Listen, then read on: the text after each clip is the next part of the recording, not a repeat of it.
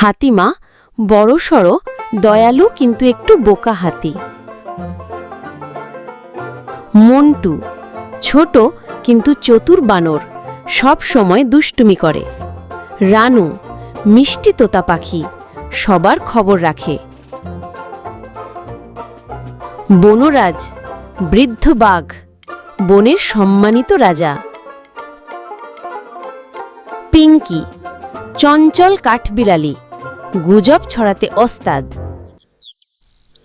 বনের শান্ত সকাল, পাখিদের কিচিরমিচির, নদীর কলকল ধ্বনি, সব মিলিয়ে সুন্দর পরিবেশ। রানু তোতা খবর দেয়। হাতিমা, শুনেছ? আজ বনের রাজা ঘোষণা দেবেন কে হবেন তার সহকারী। বোকা হাতিমা ভেবে বসে, সহকারী মানে আমি, কারণ আমি সবচেয়ে বড় আর শক্তিশালী। কিন্তু মন্টু বানরের মাথায় অন্য প্ল্যান। সে ভাবে এই সুযোগে হাতিমাকে ফাঁদে ফেলি।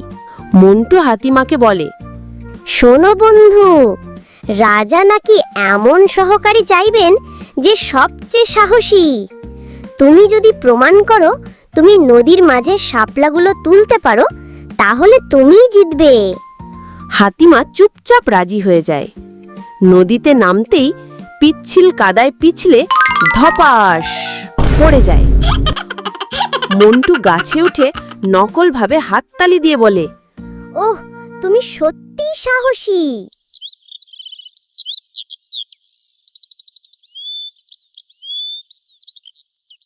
পিঙ্কি কাঠবিড়ালি মজার জন্য খবর ছড়ায়, রাজা নাকি বলেছে যে আকাশের পাখির বাসা থেকে সোনার ফল নিয়ে আসবে, সেই হবে সহকারী। হাতিমা আবারও দৌড় দেয়।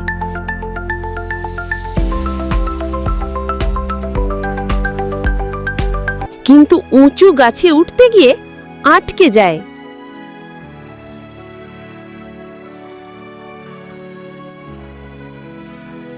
বানর মন্টু তখন ফ্রিতেই ফল নামিয়ে রাজাকে দিয়ে দেয়।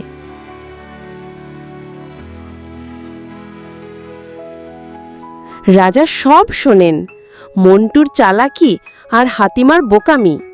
তিনি ঘোষণা দেন, শুধু চালাকি নয়, সততাও প্রয়োজন। মন্টু, তুমি বুদ্ধিমান কিন্তু স্বার্থপর। হাতিমা, তুমি বোকা নও, শুধু সহজ সরল। তাই দুজন মিলে আমার সহকারী হবে। তুমি শক্তি দেবে আর মন্টু বুদ্ধি দেবে। হাতিমা হাসে, মন্টু লজ্জায় মাথা নিচু করে। শুধু চালাকি বা শুধু শক্তি নয়, সাফল্যের জন্য দুটোই দরকার, আর সত্যবাদিতা সবসময় জয়ী হয়। বন্ধুরা, এমন শিক্ষণীয় আরও গল্প পেতে আশা টিভি চ্যানেলটি সাবস্ক্রাইব করুন।